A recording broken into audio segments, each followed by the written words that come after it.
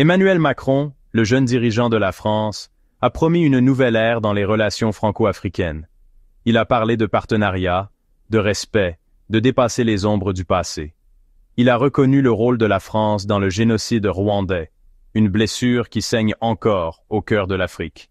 Il s'est engagé à restituer les artefacts volés, des trésors qui murmurent des royaumes perdus et d'un patrimoine pillé. Il a même initié le retrait des troupes de certaines nations africaines, une décision saluée par certains comme un pas vers une véritable indépendance. Mais sous la surface de ces grands gestes, un courant d'inquiétude se fait sentir. S'agit-il d'un véritable changement de politique ou d'une mise en scène calculée? La France, avec sa longue histoire d'ingérence et d'exploitation en Afrique, peut-elle vraiment tourner la page? De nombreux Africains accueillent les ouvertures de Macron avec un optimisme prudent, leurs espoirs tempérés par des générations de promesses non tenues. Les blessures du colonialisme sont profondes, les cicatrices gravées non seulement sur la terre, mais aussi sur l'âme d'un continent. Les échos des trahisons passées persistent, un rappel constant de la fragilité de la confiance. Pour l'Afrique, la question demeure, la nouvelle aube de Macron est-elle une véritable promesse ou une illusion fugace? Certains ont critiqué le manque de gratitude apparent des Africains envers les initiatives de Macron. Pourquoi, demande-t-il, les Africains ne célèbrent-ils pas ces gestes de bonne volonté? Pourquoi n'y a-t-il pas un chœur de merci qui résonne à travers le continent? La réponse, comme la plupart des choses dans la vie, est complexe et à multiples facettes. La gratitude, à la base, est une expression volontaire d'appréciation. Elle ne peut être exigée, contrainte ou attendue comme paiement pour des erreurs passées. Exiger de la gratitude, c'est méconnaître son essence même. De plus, envisager la relation sous l'angle de la gratitude ignore le déséquilibre des pouvoirs qui continuent de définir les relations franco-africaines. La France, malgré sa rhétorique de partenariat, exerce encore une influence économique et politique considérable dans ses anciennes colonies. Le franc CFA, une relique coloniale qui lie les économies de plusieurs nations africaines à la France, est un rappel brutal de cette asymétrie persistante. Exiger de la gratitude dans ce contexte est non seulement insensible, mais perpétue également un récit de dépendance. Cela renforce l'idée que l'Afrique devrait être reconnaissante des miettes de la table de la France, au lieu d'exiger une place à la table en tant que partenaire égal. Pour comprendre les complexités de la relation franco-africaine, il faut se plonger dans les annales de l'histoire. L'héritage du colonialisme projette une longue ombre, ses vrilles s'étendant jusqu'à nos jours. Pendant des siècles, la France a considéré l'Afrique comme son domaine privé, une source de matières premières, de main-d'œuvre bon marché et d'avantages stratégiques. De l'exploitation brutale du Congo aux politiques d'assimilation forcée au Sénégal, le projet colonial français a laissé une marque indélébile sur le continent. Il a perturbé les structures de pouvoir traditionnelles, imposé des frontières artificielles qui ont semé les graines de conflits futurs et systématiquement pillé les richesses de l'Afrique. Même après la fin officielle du colonialisme, la France a continué d'exercer son influence à travers un réseau complexe de liens politiques, économiques et militaires. Ce système néocolonial, souvent appelé France-Afrique, a permis à la France de maintenir son emprise sur ses anciennes colonies, soutenant souvent des dictateurs et s'ingérant dans les affaires intérieures pour protéger ses intérêts.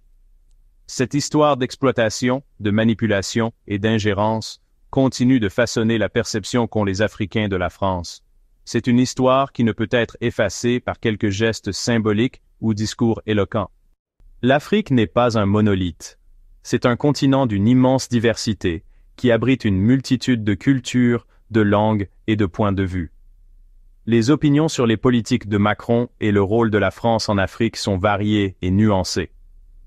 Certains voient dans les initiatives de Macron de véritables tentatives de réconciliation. D'autres restent sceptiques, les considérant comme des gestes superficiels. Ils soulignent la domination économique et les interventions militaires de la France comme preuve d'ambition néocoloniale. Ces perspectives mettent en lumière la complexité de la relation franco-africaine. La comprendre exige d'écouter la multitude de voix au sein de l'Afrique. Rejeter le scepticisme africain comme de la simple ingratitude, c'est ignorer les raisons bien réelles de la méfiance. Le scepticisme, dans ce contexte, n'est pas un signe de négativité, mais le produit d'une expérience vécue. C'est le langage des blessés, un mécanisme de défense contre les déceptions répétées. Les Africains ont été témoins d'innombrables promesses de changement, pour n'être confrontés qu'à la même chose. Ils ont vu les puissances occidentales, dont la France, privilégier leurs propres intérêts au détriment du bien-être des nations africaines. Ils ont appris à remettre en question les motivations, à regarder au-delà de la surface des grandes déclarations et à examiner attentivement la réalité sur le terrain. La perception que les actions de la France sont davantage motivées par l'intérêt personnel que par une véritable préoccupation pour l'Afrique alimente ce scepticisme. Beaucoup pensent que les ouvertures de Macron sont motivées par le désir de contrer l'influence croissante de la Chine et de la Russie en Afrique, plutôt que par un engagement sincère envers le partenariat. Ce scepticisme, né de l'expérience historique et des réalités contemporaines, est une force puissante qui façonne la réponse africaine aux ouvertures de la France. C'est une force qui ne peut être ignorée ou rejetée. Elle doit être reconnue, comprise et prise en compte si la France espère construire une relation véritablement équitable et mutuellement bénéfique avec l'Afrique. La présidence de Macron a vu un changement dans l'approche de la France envers l'Afrique, marqué par des gestes symboliques et des changements de politique. La restitution d'artefacts volés au Bénin et au Sénégal reconnaît les injustices du passé. Le retrait progressif des troupes françaises du Sahel est un changement de politique significatif. Cette décision est perçue par certains comme un pas vers la prise en charge par les nations africaines de leur propre sécurité. Cependant, ces changements ont suscité des réactions mitigées en Afrique.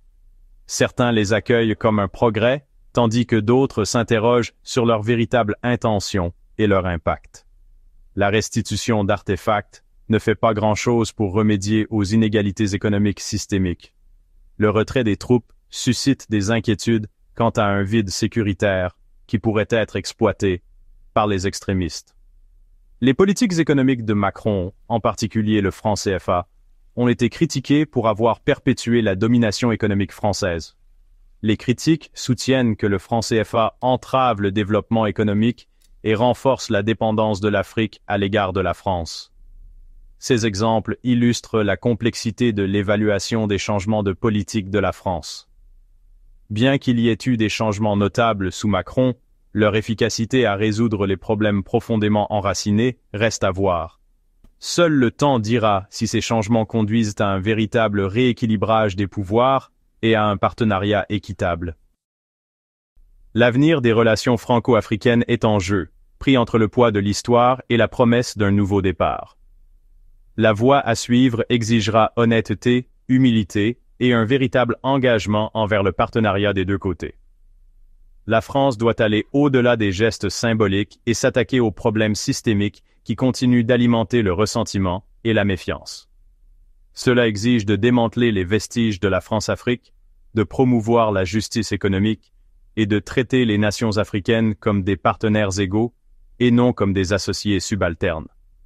L'Afrique, pour sa part, doit continuer d'affirmer son pouvoir d'action, en exigeant le respect, la transparence et une relation fondée sur des avantages mutuels.